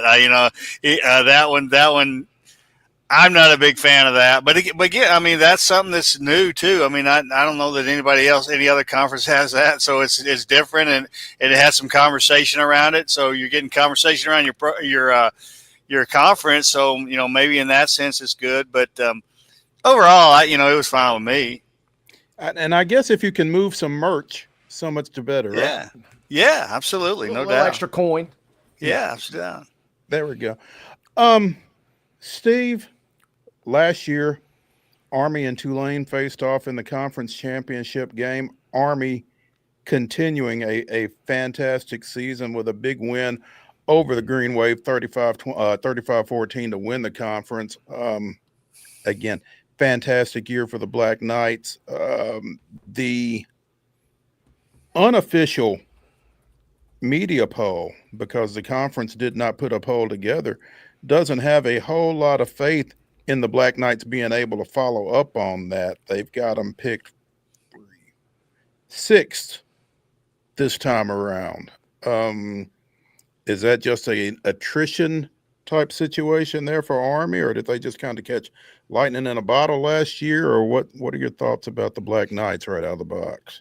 Well, I think that Bryson Daly, the quarterback was so good, that he's gone, and he's moved on, and so people just automatically think they're not going to be as good because they don't have him, and there's something to be said for that, because he was the heart and soul of that team. I mean, he was the best player in this conference, and honestly was one of the best players in the country, whether people knew him or not, and I mean the kid was amazing. And so I think it's a lot of that. I think they have a lot back. I mean, they have the other running backs the running backs are back, and they have some guys, a couple of linemen are back, and that was a big strength of them last year, was their offensive line, I thought.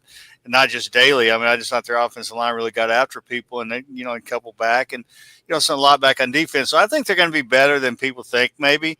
But are they going to be as good as they were last year? I don't see it, because they don't have Bryson Daly, and he was that good. And it really looks like there's a lot of depth in this conference. There he is. I mean, there he is. I think it's a little, top heavy at times, maybe. But I think that some of the I think they made a lot of good coaching hires, because there's a lot of new coaches in this conference. So, a lot of teams, made a move, and Tim Albin at Charlotte. I mean, that's a huge upgrade from Biff, and Tim Albin's a heck of a football coach, and I think several other teams made really good hires. So I think it's I think in a way you're sort of in a wait and see type thing on where some of these programs are, because of so many first year coaches.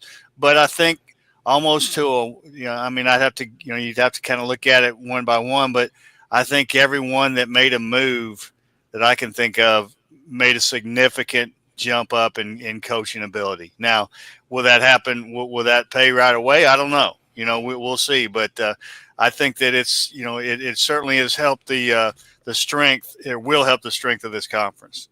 Steve, I got to ask you, you talked about a lot of coaching moves. Every conference, there's obviously portal news, and Tulane obviously grabbed the majority of the headlines in that regard this year. Who are some of the other, who was maybe the biggest mover and shaker in terms of the portal shakeup amongst the other teams outside of Tulane in your mind? Well, I think Memphis helped himself a lot, with some, Memphis got a couple guys from UAB that, you say that, I mean, most attention goes when a P4 guy comes, comes into the conference, but, they got a, all conference linebacker and Everett Rusaw from UAB, and then a safety, Chris Bracey, who I think has a chance to be special, and so just even that with them, but, bringing in Brendan Lewis at quarterback and some other guys, I think Memphis really did a good job.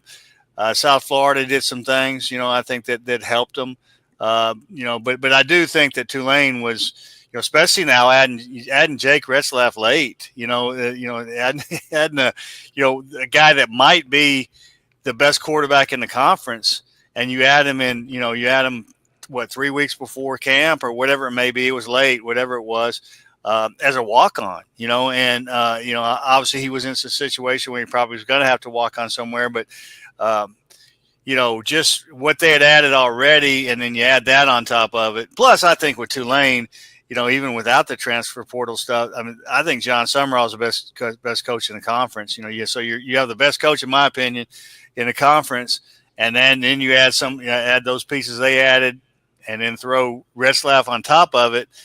That's pretty special now. what's wild is I'm reading about Tulane here, and Steve, it's crazy. Obviously, Retzlaff, that is just like a pure gift. It just falls right in your lap in that sense. Maybe a conference player of the year type guy. On the other side of that coin, though, they lost like 8 or 9 guys to the other schools, and it's because, in my opinion, because of the coaching job that you just mentioned that Summerall's doing. These other programs now trust him to produce great talent. It makes it easy, seemingly, for them to pick them off, knowing they come from a good pedigree.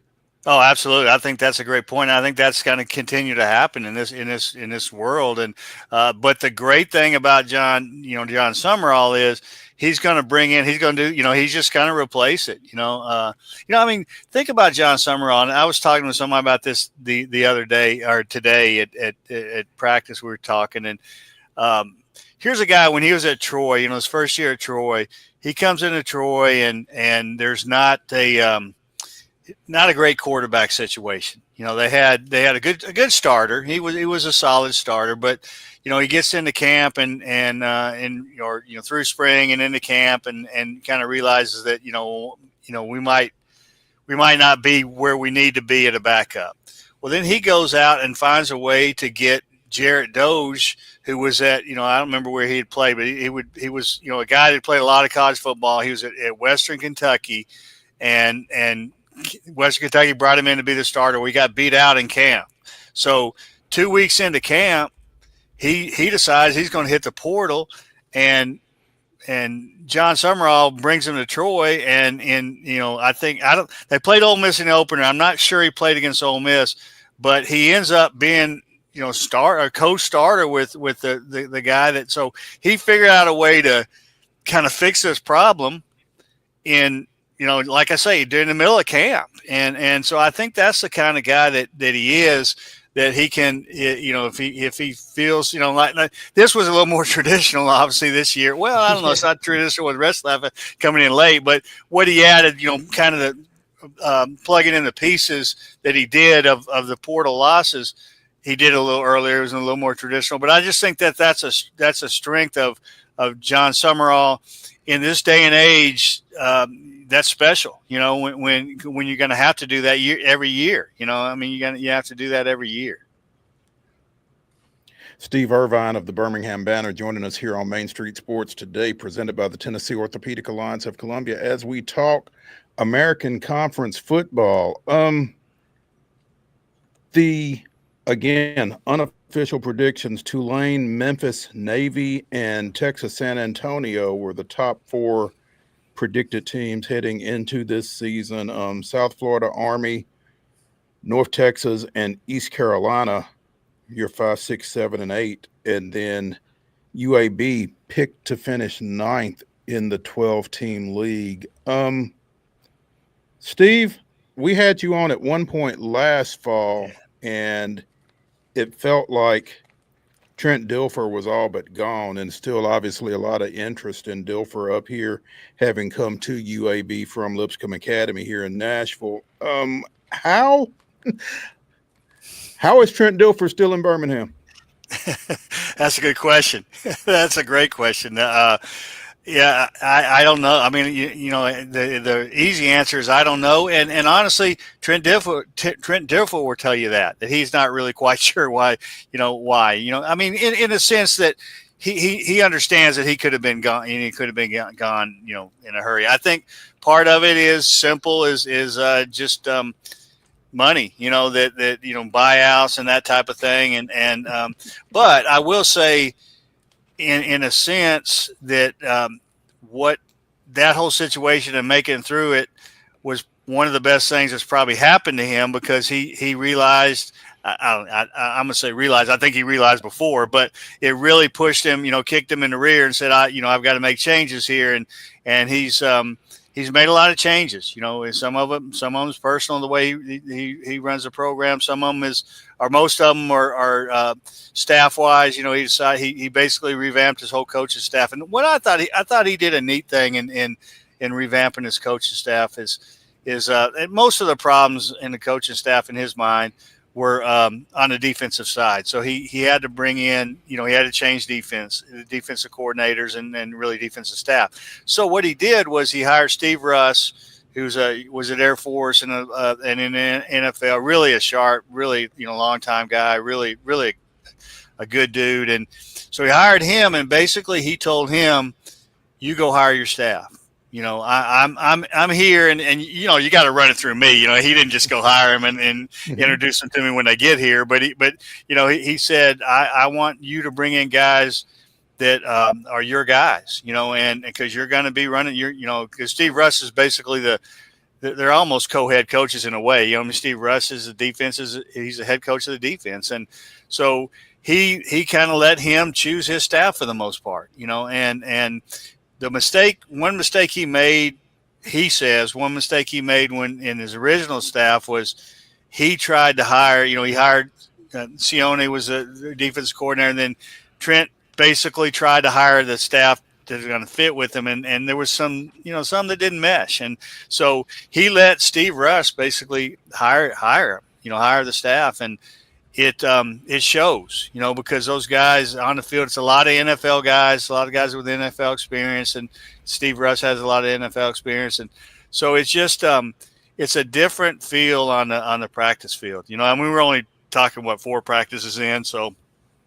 Well, even in the spring, it was different, but certainly when you really see it is in the fall camp, and so we're 4 practices in, but it's really different, and I think it's added some confidence to the program of that, and a guy was telling me at practice the other day that I really thought was a kind of a veteran guy I was talking to and football guy, and he said, he told Trent this, he said that I don't think you have better players than you do a year ago just by watching the staff and the players and everything else. He goes, but I think you have a better football team, and he said there's a difference in the two things, so we'll see. I mean, everybody's optimistic now and everything, every move was the right move right now and everything's good.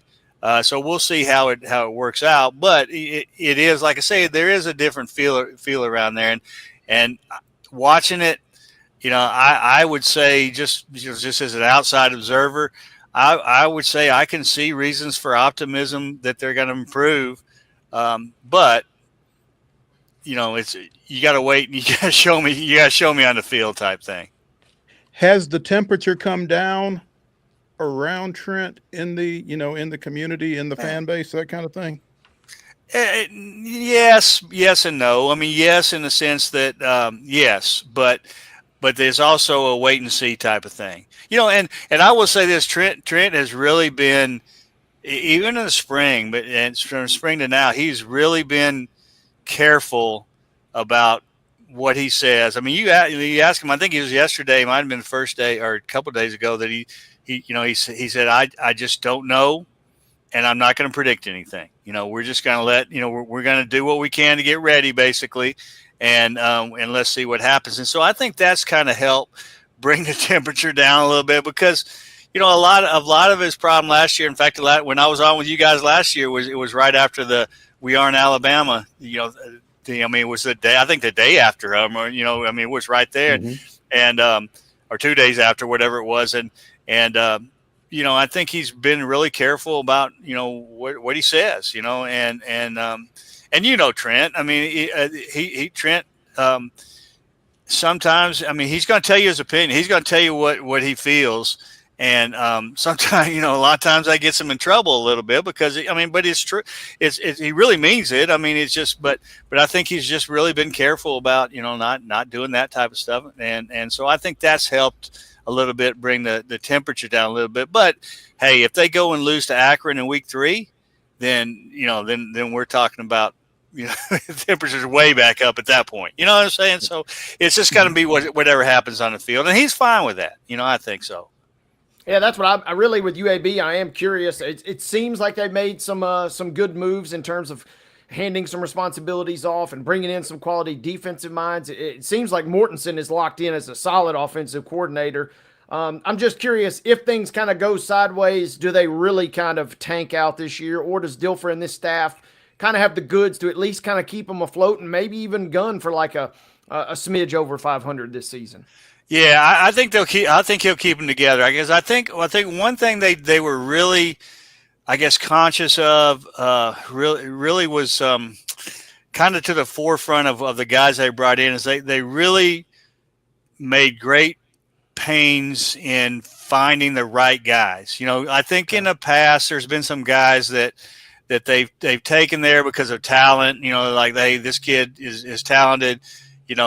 Yeah, we probably heard this, that, or the other about him, but we're just gonna forget that and just bring him in, and because he's talented. I think this time they really were. They did a lot of vetting. Not that they didn't vet before, but I think they overboarded on the vetting on these kids that they brought in, and so I think that I think because of that, it's a different feel on the practice field, and it's a different feel. I think they'll be easier to hold this thing together. Now, hey, they're all human, and they're all kids. So if they have another game where they lose, where they give up 70, then maybe it does go south at that point. I don't know. And heck, at that point, maybe Trent goes south himself, if they give up 70, who knows, But I think that the makeup of this team, just the personalities of this team and who they are, not just as players, but who they are, is going to be helpful a lot. Because I think they brought a couple guys in, guys like Nigel Tate and Denver Warren, who are their two defensive tackles, are just not only great people but great leaders and great. I think that those type of guys will be guys that kind of can hold. There'll be a start of the guys that can hold this together, type thing. So, we'll see. I mean, for them in the perfect world, they won't ever have to worry about, having some struggles and seeing if they're going to lose them. But I don't think they will. I don't see them losing this team. You mentioned the offense, and we obviously are familiar with Kitna and what that name means and kind of what that pedigree. I want to pivot, though, a little bit.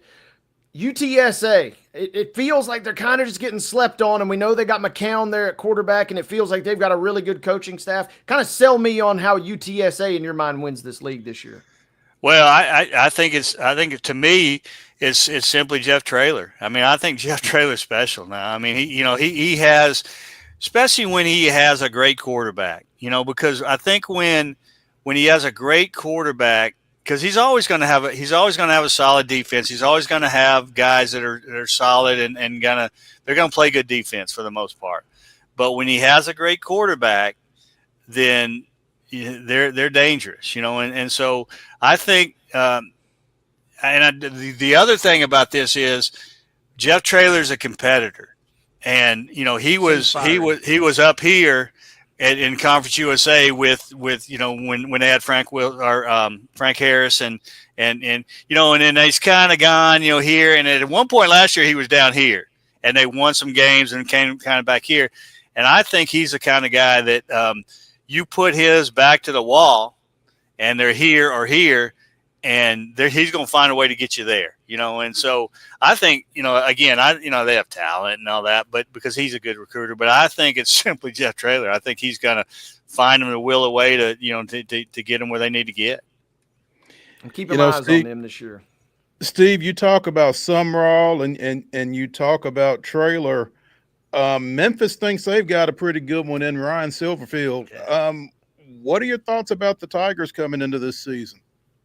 Well, I mean, I think they're going to score points, and obviously, and well, I mean, it's not obvious because they have a new quarterback, but Ryan Silverfield they're going to score points. I mean, they're going to find a way. They always have ways to score points, and so I think it's the defensive side, and I think they made some moves defensively to be a little better. I think for them, and this is. I'm usually not like this. I mean, I'm usually not. I usually don't say, "Let's see how a team competes against an SEC team or a P5 team to see how they're going to do in the American." I'm not. I mean, because I think part of that is covering Bill Clark. Bill Clark was so good, but they struggled against P5 teams, but that didn't make them a bad program. They just didn't play as well. But I think I want to see how Memphis plays against Arkansas. I want to see how that, to me, that's going to be a really telling, because if they play well in that game, they're going to be one of those teams you look at nationally. Even though I'm not saying Arkansas is obviously not, they're not, they're not a playoff team, but they're an SEC team. So I'm anxious to kind of see how they compete in that game, and to sort of understand how they're going to do, how they're going to do in the American. So again, the unofficial predictions heading into the season: Tulane, Memphis, Navy, and Texas San Antonio are your top 4. Who do you like? I like Tulane, but I tell you, I mean, it's not a dark horse because they're top 4, but in that group, a dark horse I like is Navy. And the reason I like them, and the reason I say that is they, with Blake Horvath. Blake Horvath was special last year. I mean, he was really good last year.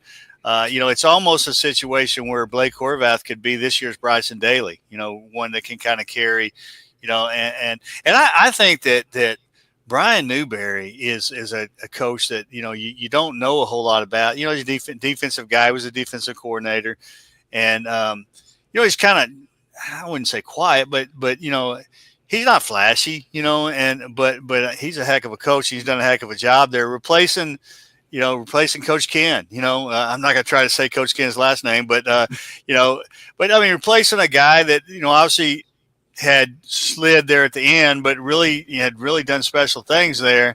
Right. And for Newberry to do that, and they've opened up. He went in, went out and got a great offensive coordinator, and they do a little different thing. They're not, they do the option, but they'll beat you downfield, and but again, I think that in a way.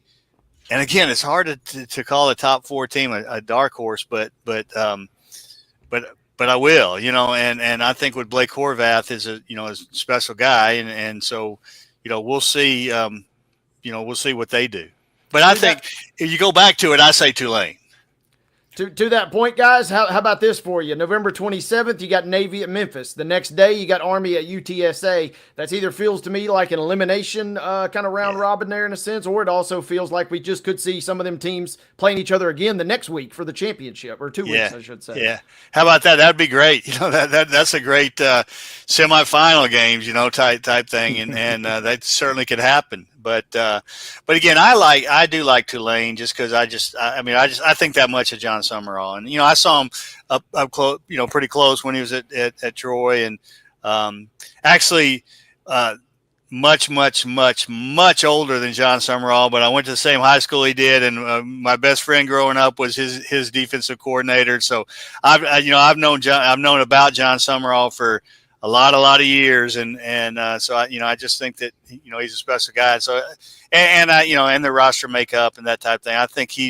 I think they're the team to beat going in. But I do think you're talking about a good solid 5 teams that you look at and go, boy, that wouldn't shock me at all for them to win it. And because with Army being maybe just right outside, because you still have to figure out what life after Bryson Daly is going to be like, even though, again, they're a great, wonderfully coached team too. So, but I think the top 5 that you mentioned, I mean, you'd be silly to say you would be surprised at one of those, if one of those wins it, because they're all, they all have the pieces, I think, to do it. It's just how, health and just different things that, the way different things shake out.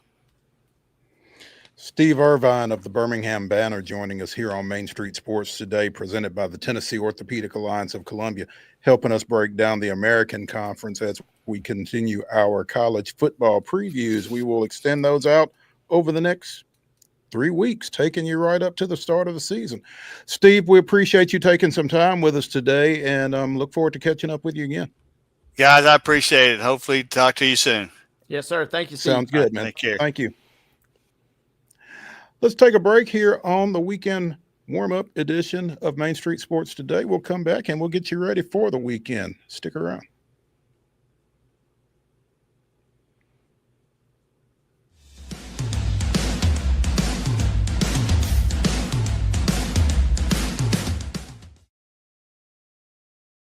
Being in Tennessee, we wanted to try to keep it as local as possible, so we have an entire section of our menu that is just dedicated to local whiskeys like Uncle Nearest, Jack Daniels, of course, George Dickel, Nelson Brothers, Greenbrier Whiskey, and all of our taps are all local. From 2 o'clock until midnight, we've got food every day for you guys. A good handful of appetizers, some entrees, and a couple salads and things like that. My name is Ethan Kanata. Please come down and see us at the PIC Lobby Bar here at the Omni in Nashville. At Delta Dental of Tennessee, we know our success begins and ends with providing superior quality service, and that includes serving those who need it most. This year, we're celebrating 25 years of giving back to the community we call home. Delta Dental, along with our Smile 180 Foundation, supports Tennessee's dental colleges and oral health education, children's hospitals, free and reduced cost dental clinics, and other like-minded charities. Here's to the next 25 plus years of ensuring healthy smiles. There's a line that links us all. Most of the time, we don't even think about it, but it's everywhere. Illuminating our neighborhoods, empowering our businesses, and helping us to recharge. Whether it comes from our grids, the sun, or a kind heart, we believe in the power of good energy. And as your family and region continue to grow, you can trust that we'll always be there for you. Middle Tennessee Electric, bringing good energy.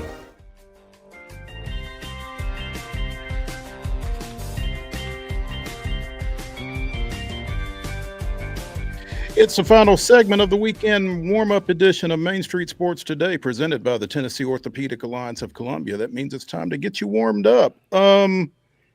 Big deal tomorrow in Canton, Ohio. The Pro Football Hall of Fame will induct its 4 newest members, and that's one of the smaller classes that they've inducted in a while, from what I understand. But you've got Eric Allen, you've got Jared Allen, no relation. You've got Antonio Gates, and you've got Sterling Sharp going in. Small but mighty, this class. Yep, good class. We've talked about them when the unveilings kind of came to us, that it was going to be small, but yes, we're going to be strong, and this is going to set up a fun little stretch. There's going to be a lot of good old nostalgia over the next 5 to 6 years as we kind of really get things rolling. And it was kind of cool seeing on the broadcast last night, everybody taking some time and kind of getting their own moment to shine on camera there ahead of, what will be a fun weekend. Yeah. Sterling, it's been a long time coming, and it just felt like, and we've talked about this before when he was announced back in February, his career was not that long, but man, was it impactful. And it's great that he is finally being recognized. He was just a dog at the receiver position, man. He really was. Yep, one of my all-time Tecmo Bowl favorites, to say the least. Give me him, and I'm going to do some damage. And it's like kind of unfortunate in a little bit of a sense for him. He has revealed, too, he's dealing with some major eye issues, kind of got a what's being described as a detached retina.